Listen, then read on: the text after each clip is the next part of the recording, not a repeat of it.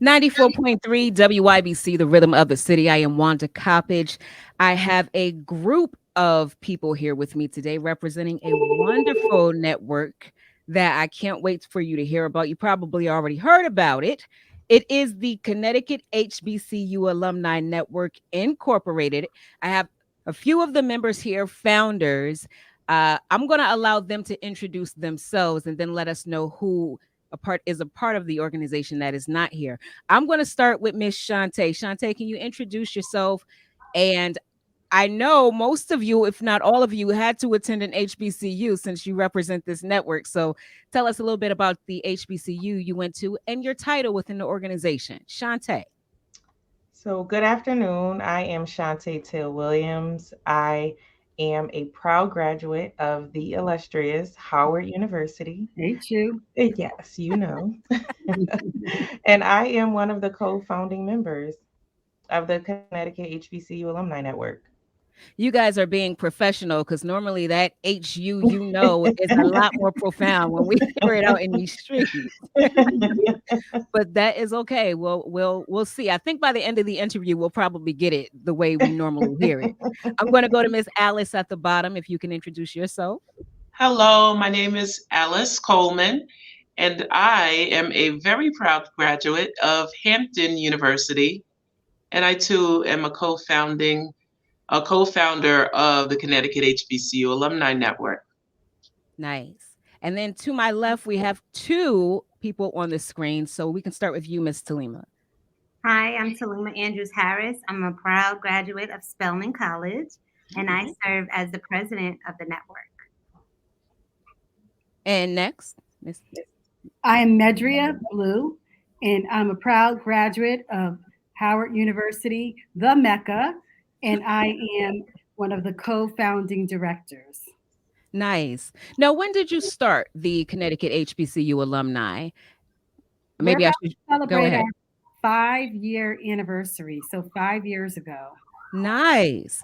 And for those who are listening that are not familiar with the organization, tell us about its inception. What made you start it? What was that conversation like? And who among you decided that this was the way to go?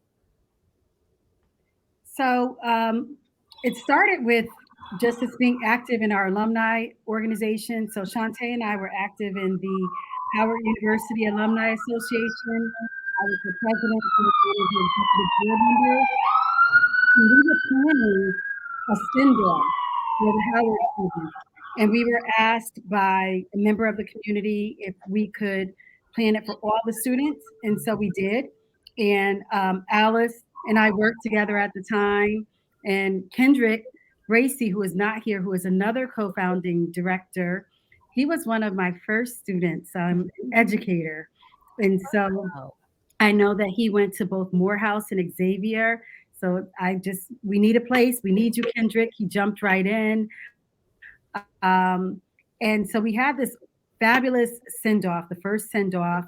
And others can join in and talk about how wonderful that it was. But the community came out and supported us, and they kept asking, like, well, who are you? And how do we join?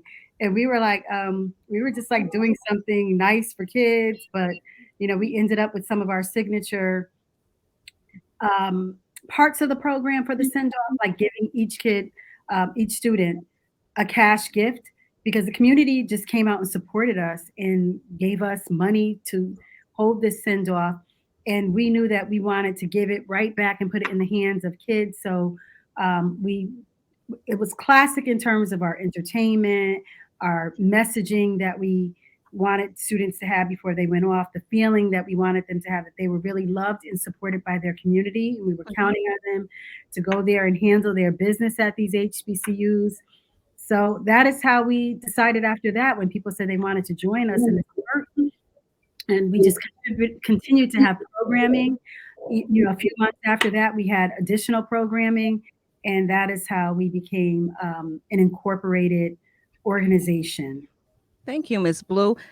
The very first HBCU send off 5 years ago. Where was the location for that? Alice, let's hear from you. That was at Terminal 110, Okay. where one of the co-owners of Terminal is Kendrick Bracy. That would And be so, Kendrick. yep, Kendrick. Yep. So he was very gracious and and letting us use the place. And like Medria said, we were just looking for a party. We were looking to celebrate students that were going off into these HBCUs. And then it just grew from there, the interest, and we saw the demand, and here we are now. But yes, that was at Terminal 110, was the very first one.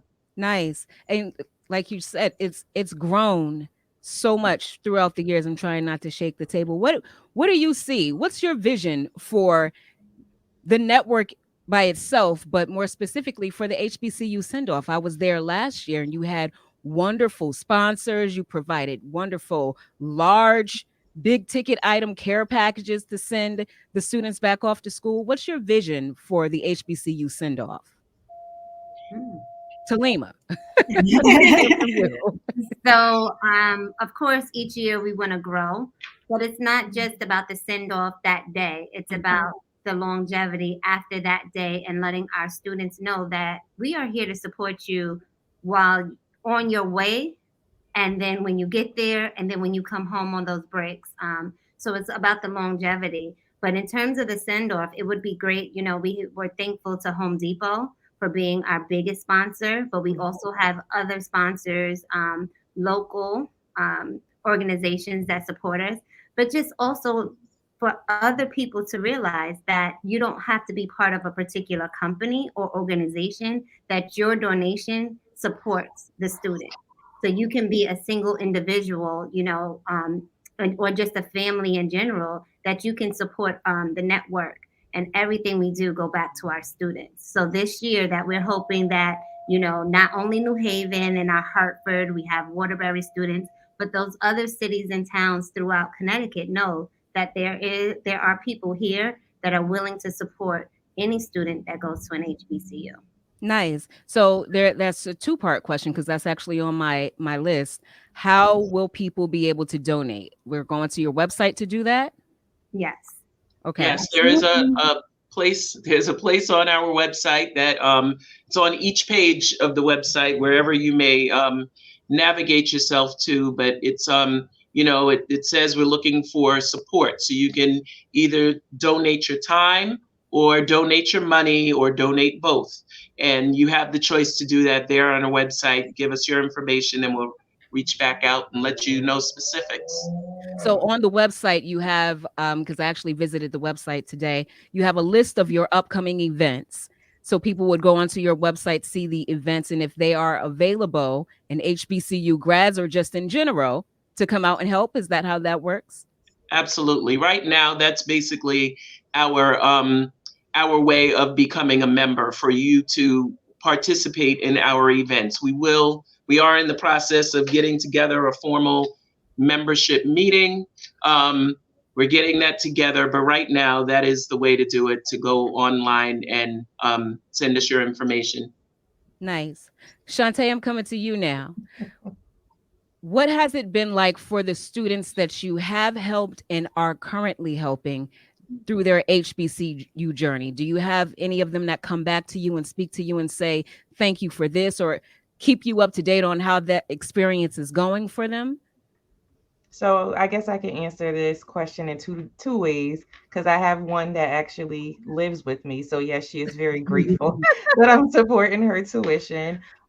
But yes, the students are very receptive. There are a few programs that we were able to host where we kind of reach back to the students because they are in the midst of the HBCU life, so they can give that here and now information to students that are seeking to be students for at HBCUs. Mhm.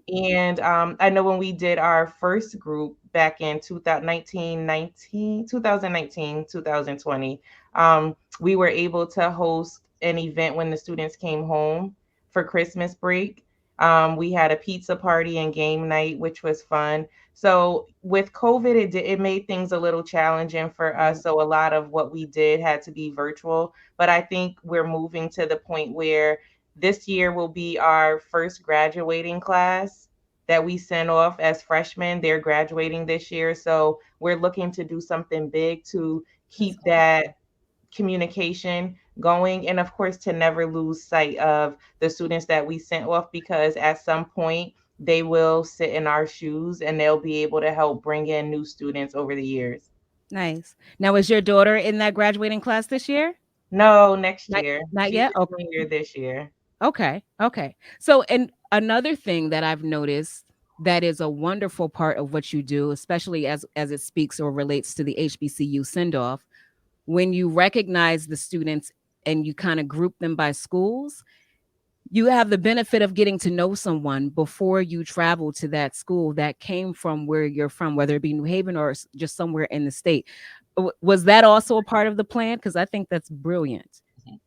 Yeah, it was Yes. definitely part of the plan. And I think for most of us, we could say that those connections that we made on campus were great connections, but it always felt good to know somebody that was from home for you. And it helps the parents as well, because the parents stay in contact with each other.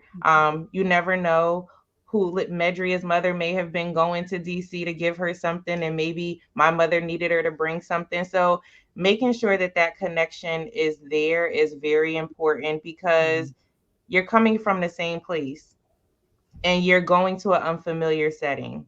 So why not at least have that one familiar face that you can say hi to? And of course, like for instance, with my daughter who's a junior now, there was another student who was going to Virginia State the same time. They knew each other. They're not together on campus every day, Mhm. but they knew that if there was an issue, there was that one person that they could reach out to, that can kind of help them navigate.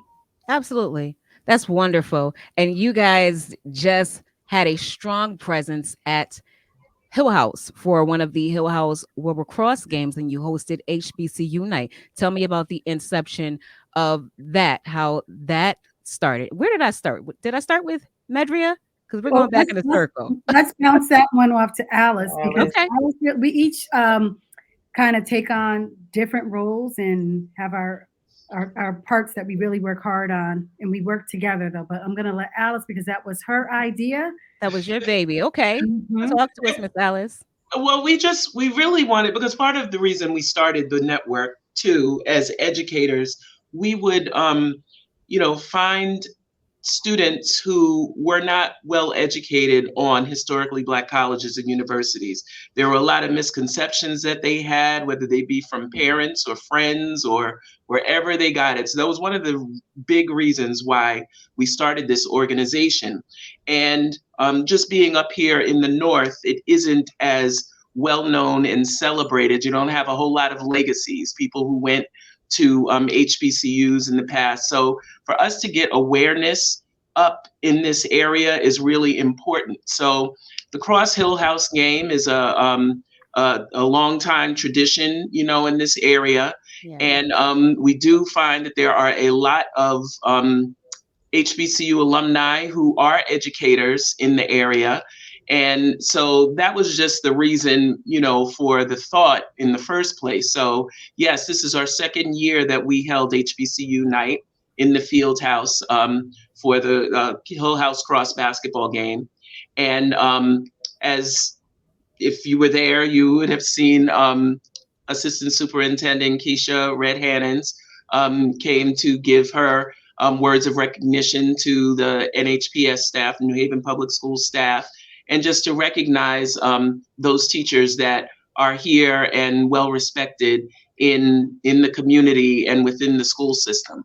So Mhm. yes, this was our second year, and we had a HBCU feel to halftime was what we were going for with the bands. It was Blue Steel band that performed, and the cheerleaders. So it was just to give a little taste of HBCU feel. But everybody knows we got to attend the homecoming. Absolutely. And Get if that I roof. could just add to that, I'm a graduate of Hill House. Shantae's a graduate of Hill House. There's a tradition at Hill House in particular with HBCUs, because I went on a college tour and first saw Howard with Hill House. And so we just want to, again, continue to give back in ways that we know really were impactful to us. We've been doing, I'm principal at ESOMS, and we've been doing college trips. Our students have gone down to Howard and Morgan and Yeah. Bowie. So we just really feel like let's keep that going. And the numbers have increased. We've been working really hard with New Haven Public Schools, sharing information. We also do virtual college fairs when people ask us to set them up for their schools. Hmm. And we pay the HBCU students to actually present. And so that's another way, but we are seeing an increase in students who are applying to HBCUs and who are attending HBCUs in our public schools. Nice.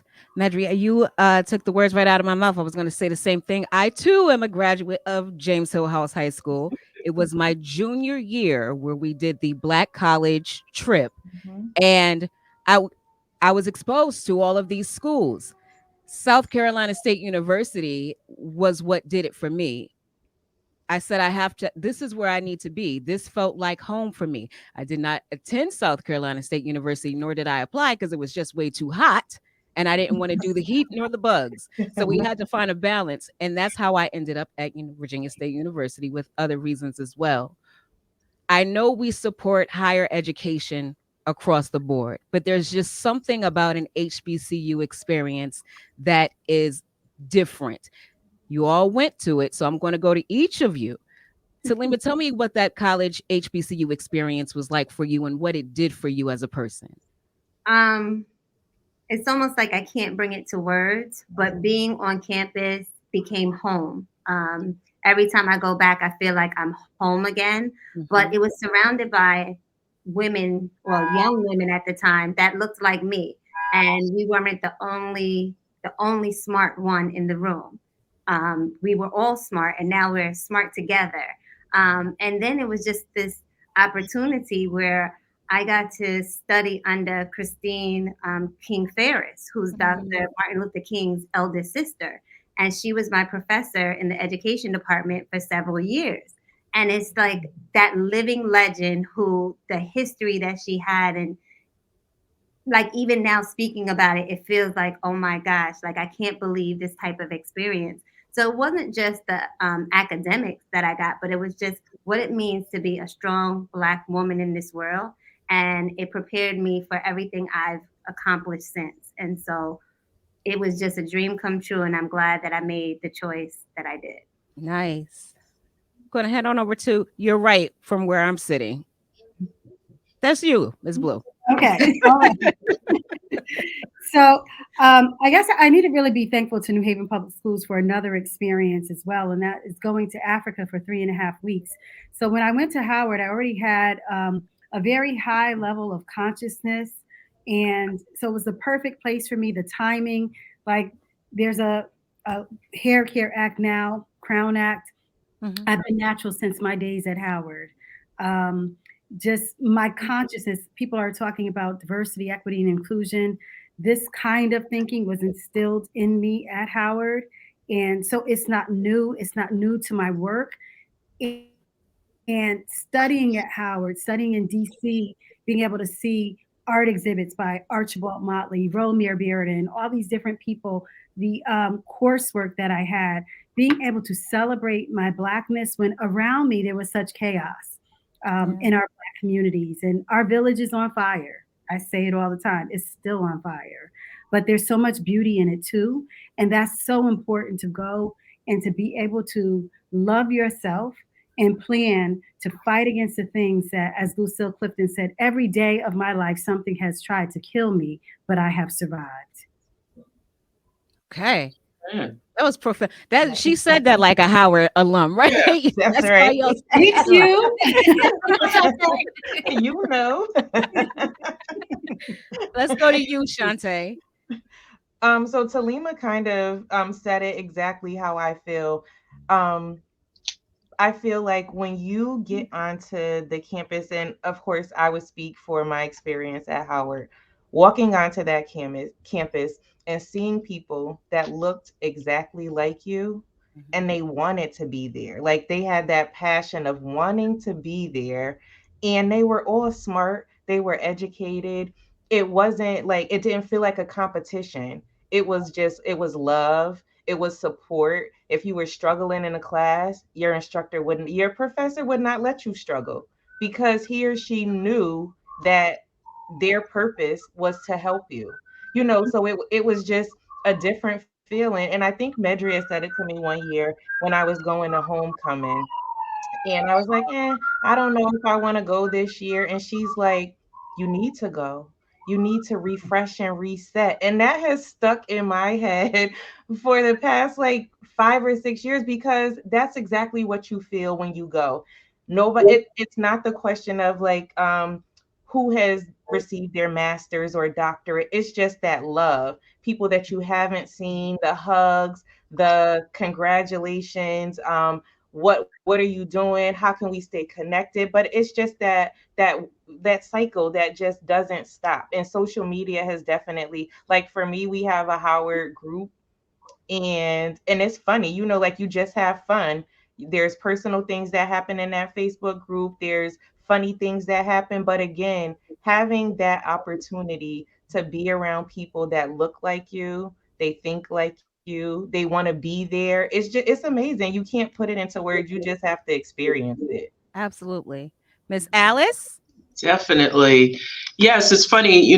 Me going to an HBCU wasn't really planned to go to an HBCU per se. Me growing up, I grew up in New York, and um, in the community that I grew up in, it was very diverse, but we didn't know a whole lot about historically Black colleges and universities. I was drawn to it. My father actually did um, tell me about them. We used to go to the Grambling game that used to be at Yankee Stadium, Mhm. every year, and that was like the big thing. And so I saw the band, and I was like, oh, I was so excited, So that was my first connection to HBCUs. And then I ended up applying to Hampton, got in, and I actually ended up being drum major in the band. Nice.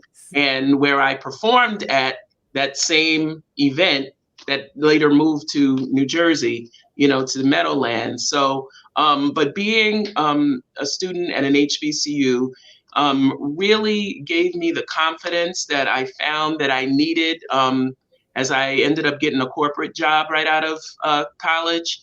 And being in that corporate world, you can be eaten alive quickly. And I did not. I actually rose pretty high up in the corporate world when I was there. And I do credit my HBCU background for that and the confidence that it gave me to know that, I can do anything. I really, really believe that. Like, I Mhm. got a cape. When I graduated from Hampton, I got a cape. So I could do anything, and that's what it did for me. So I'm proud to say. Yeah.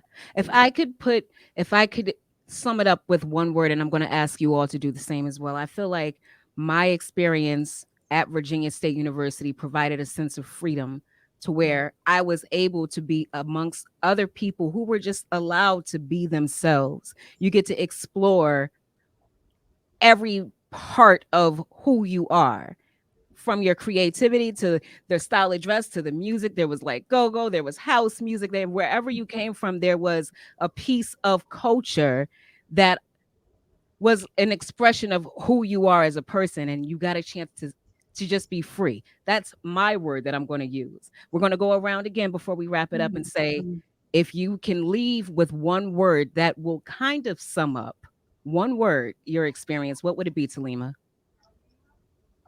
Supreme. Nothing is the highest thing that I could think of. Supreme. Nice. Medria?